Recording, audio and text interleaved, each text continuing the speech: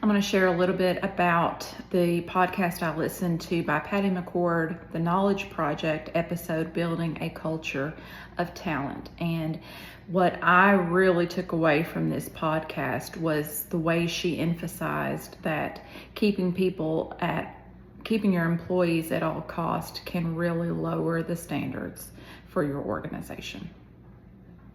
This connects really well to Meyer's idea of employee advantage.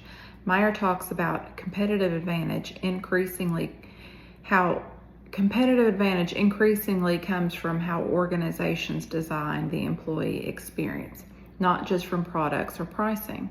And both Meyer and McCord criticize outdated HR systems, especially traditional annual performance reviews. McCord argues that annual reviews and rigid rating systems create more bureaucracy than improvement, and instead she promotes ongoing honest feedback conversations and real-time coaching instead of a once-a-year judgment. This lines up with Meyer's argument that rigid systems slow organizations down and reduce engagement. Where it gets interesting, I think, is around retention. And Meyer emphasizes engagement and loyalty as drivers of performance.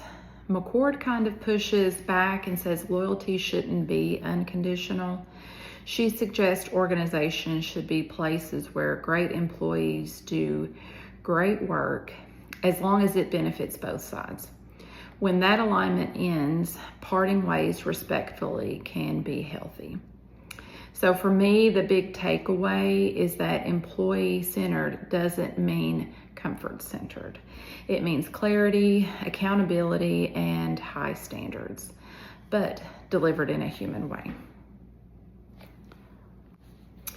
From my perspective, working in accounting at an electric utility cooperative, this really made me think. Utilities are very structured and compliance driven.